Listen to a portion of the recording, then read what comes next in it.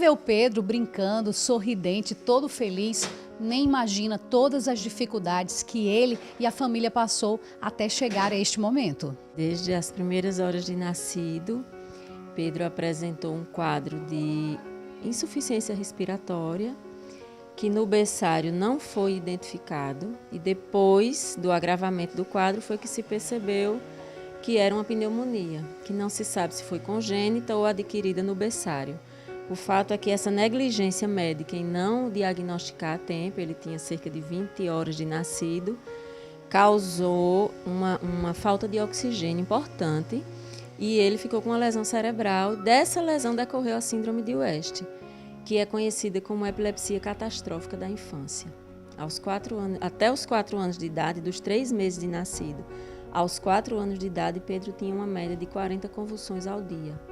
A descoberta de um tratamento novo e natural que tinha o extrato da cannabis como base foi uma tentativa ante a tantos remédios diários. A gente ouviu falar da cannabis de uma criança nos Estados Unidos que tinha síndrome de Dravet, que também é uma epilepsia muito grave da infância, e essa criança estava sem crises, né? As dificuldades para conseguir o medicamento traziam medo, mas os resultados já eram visíveis.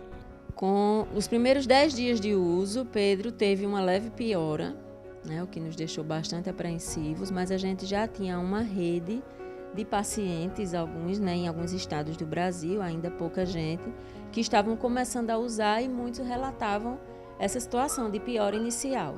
Após 10 dias, as crises de Pedro, que chegavam a durar meia hora, começaram a diminuir em tempo, né? Começaram 10 minutos, 5 minutos, 1 minuto, e ele ficou numa média de 20 crises de 1 minuto por dia, né? À medida que a gente foi diminuindo os anticonvulsivantes e aumentando a dosagem do óleo, ele foi zerando as crises, chegou a passar 11 meses sem nenhuma convulsão. O uso regular do óleo da cannabis trouxe qualidade de vida para Pedro e para toda a família. Agora, atualmente, ele não toma mais nenhum anticonvulsivante, nenhum remédio de farmácia, somente o óleo de cannabis, um de uma planta rica em canabidiol e outro de uma planta rica em THC. A gente conjuga esses 2 óleos porque, além da epilepsia, ele tem um autismo associado e os 2 óleos são bons, né, se ajudam nessa melhora. E Pedro tem uma crise a cada 10 dias, que dura 30 segundos no máximo. E ele passou de uma plantinha, eu sempre digo que ele era uma planta, porque vivia na cadeira de rodas, só convulsionando, não sustentava o pescoço, não olhava para a gente, não usava as mãos, não existia. E Pedro está andando.